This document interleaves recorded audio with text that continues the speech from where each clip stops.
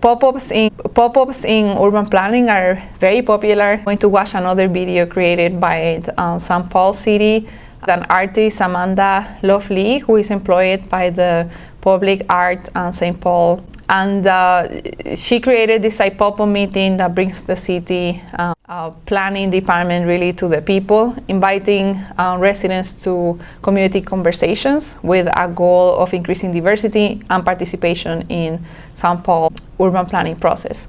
So pop-up meeting operates at the artistically retrofitted city truck and brings the opportunity to share feedback on city projects to the public, to share spaces from parks to other public spaces, music festivals. So the pop-up meeting offers a locally made ice pop in exchange for participants' thoughts and survey responses in a variety of city projects. So they do this just here, like in Salt Lake City, like they do this for many different projects that the city has. I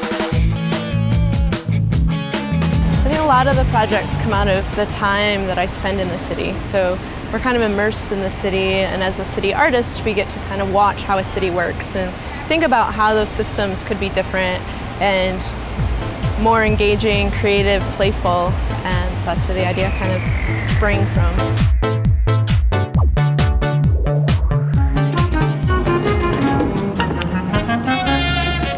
I just thought a lot about, when I started going to a lot of these meetings with different city planners, how hard it was for me to even be there, and so how do I participate in my own neighborhood, and all the barriers that kind of stop me from going to meetings. So the time that they're at, the need for childcare, even transportation to get there, and so trying to break down those barriers and making meetings accessible but also playful and enjoyable. See this great little stand, and what are you guys doing? So it's been awesome. Really clever idea. That was great. It was just a surprise, pleasant surprise. Definitely. I really appreciated the questions that were asked, and it let me have a voice and a little bit of a say. It's nice. Yeah. So when we go out with the pop-up meeting and the popsicle truck, it's more about reaching the people that aren't going to come to our regular community meetings. It seems like we see the same people coming to those meetings, and we know that our park system is well used, well loved. And not everyone that uses our park system lives in the city either, so they're not going to know when we have projects that are coming up, that we want to renovate a trail or we're going to replace the playground.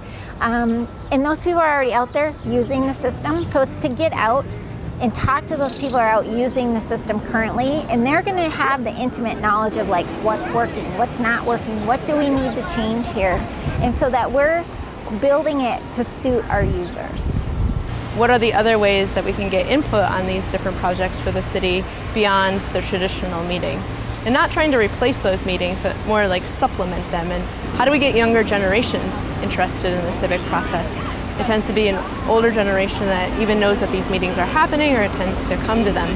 Expecting it, but it's kind of fun to see, and I'm happy to give my feedback, and it seems like you guys are trying to get feedback from people on what they want to see. Instead of having people have to come to City Hall to talk about the things that they want to see in their city, we go out to the neighborhoods, we have an opportunity to chat with people, and it gives people a chance to weigh in on things like the city budget, the bike planning process that we're doing for the city of St. Paul, the future of the Ford site, whatever it might be. We want to hear from the people what their priorities for the city are.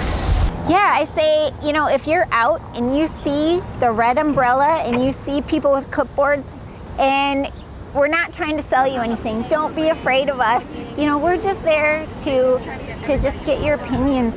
Well, all of the city departments will participate in this. It could be the Parks and Rec department, it could be the libraries asking what people want to see in their libraries, it could be the Department of Safety and Inspections talking about where there might be some hot spots that people want to have addressed. Across the board, whether it's the Planning and Economic Development department, the Budget department, you'll see a lot of information gathered for all of our departments so that they can do their job better. My hope is that we see a lot of people eating popsicles and participating, and people that maybe wouldn't be the normal people to attend a planning meeting at night. So trying to get different communities to realize that their input is important in the re-envisioning of our city.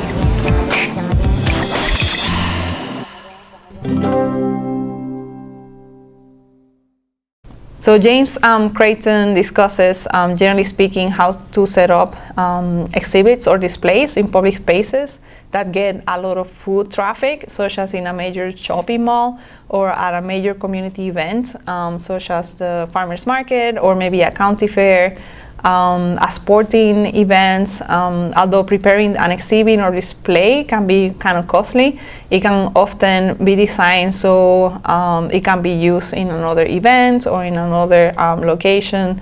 An exhibit is always more effective if it's also staffed with a knowledgeable person that can actually like answer questions if the public has questions. We already talked about information repositories. So a lot of people already have internet access. I want to say like everybody does, especially like in rural communities or like older populations, or like some of the immigrant populations or low-income populations might not have that availability. But most people do, so creating like visual repositories is a great advantage. So people can go to the web and in their home and in their office at any hour of the day or night and access relevant documents, download them, print them out so they can go to the meeting. But again, we have to think about also minority communities or underrepresented groups and just make sure that they have access as well.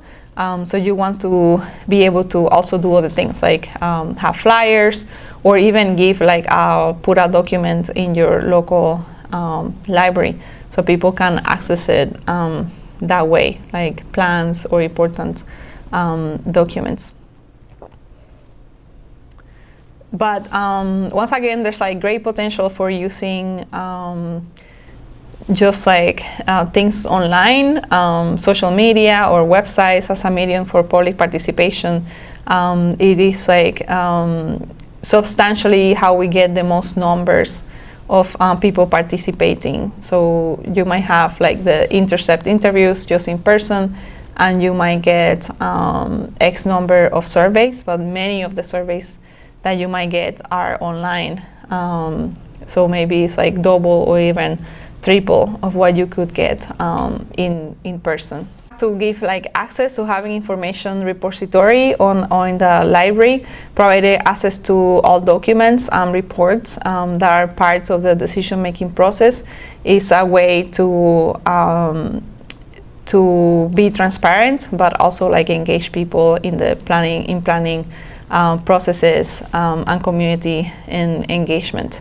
Online, you can very quickly broadcast information about meetings or events to a large number of people who have expressed interest in the issue or in a decision being made. You can make a hotline that people can contact to get up to minute information about just like any plan that you have, but most importantly for emergencies such as a forest fire or water deliveries. If there's like we are in conditions of drought, maybe it's a construction schedule for the transformation of a highway or the redevelopment there, or any updates about legislative deliberations. And as you could see, like for example, from the Reimagine project, there's also a hotline that is available to answer questions. Chat room, people can use to like just give messages or documents, and others can read about the discussions that are happening. So in many places, like also Facebook or YouTube, there people can put comments in there, or you can create a story and there could be comments in something that is like a website that looks kind of like a blog. Something that is recommended is that people use their actual names and that you also have some guidelines for them to post comments.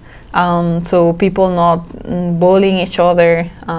We have seen that a lot, or we see a lot of that in social media. And if people are allowed to put like any random emails and random name, then they could abuse this like system to actually like bully others. So just make sure that you ask for people's real name and other information, like phone number or address, whatever it is, so they can create accounts and they can actually like post legitimate comments.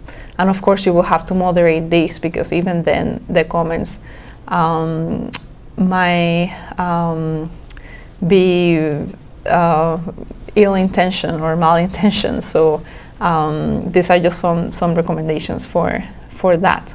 But going back to social media, I think it's always important, like a place to post photos or even videos that show the alternatives of like what is being constructed or what is like being proposed, what is like the visioning for a particular site or area.